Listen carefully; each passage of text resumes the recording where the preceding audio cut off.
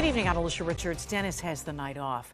The Commonwealth Court decision that the way Pennsylvania schools are funded is unconstitutional sent shockwaves through the system. Tonight, we hear from one of the school districts that brought that lawsuit. Our Brian Munoz reports. Many school districts around Pennsylvania say this is a big win, but it's a huge victory for the School District of Lancaster, which brought the suit to the courts. This could potentially mean billions of dollars in additional support for public schools every year. A landmark school funding decision nearly a decade in the making.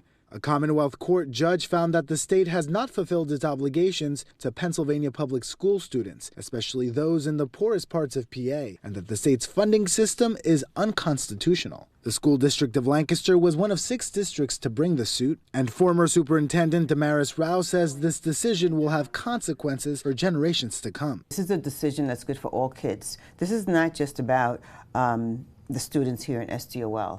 You know, there are children who are economically disadvantaged across the entire Commonwealth. Dr. Rao says the pandemic put a spotlight on the disparities in education and says it highlighted why this decision matters. We did not have a piece of technology for every student in our school district, which is really hard because we were closed for 3 months. The judge says it's now up to the legislator, the governor, and education leaders to figure out how to revamp the system and make it work for all students.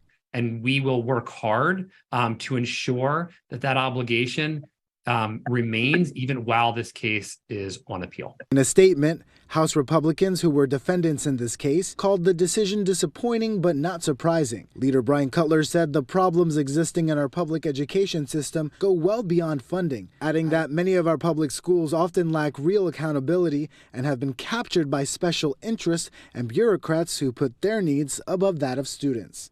Dr. Rao doesn't see it that way. She says the money will do what it's supposed to do. As the money starts trickling in, we could start doing some of the things we said we wanted to do. So hiring more teachers so that our class sizes are reduced, so that kids get more teacher time, more expert time. This case could be appealed to the state Supreme Court, but the timing would be critical because it's a long shot that the High Court would hear and rule on the case before the next state budget is ironed out. In Lancaster, Brian Munoz, ABC 27 News.